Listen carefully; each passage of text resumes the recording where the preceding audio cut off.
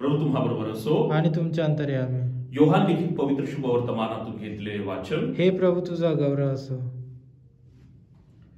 ज्यांना मला पाठविले त्या पित्याने आकर्षिल्याशिवाय कोणीही माझ्याकडे येऊ शकत नाही. त्याला शेवटल्या दिवशी मी उठवीन. संदेष्टांच्या ग्रंथात असे लिहिले आहे की ते सर्व देवाने शिकवलेले असे होतील. जो कोणी पित्याच्या ऐकून शिकला आहे तो माझ्याकडे येतो. पित्याला कोणी पाहिले असे नाही. जो देवापासून आहे त्याने मात्र पित्याला पाहिले आहे.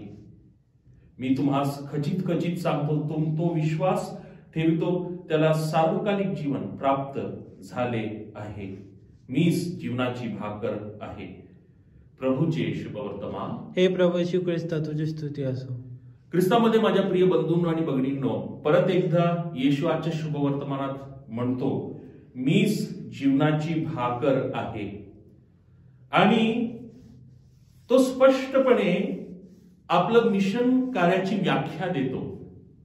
पित्याने त्याला पाठवलं मिशन कार्य करण्यासाठी.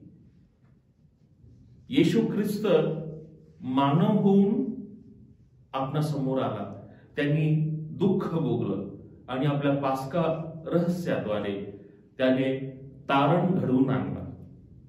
त्यांनी आपलं मिशन पूर्ण केलं. आपलं प्रेषित कार्य पूर्ण केलं. आज पुन्हा एकदा प्रभू आपल्याला हा प्रश्न विचारत आहे, तुम्ही तुमचा प्रेषित कार्य तडीस नेत आहे का? या प्रश्नावर मनन करूया. आमेन.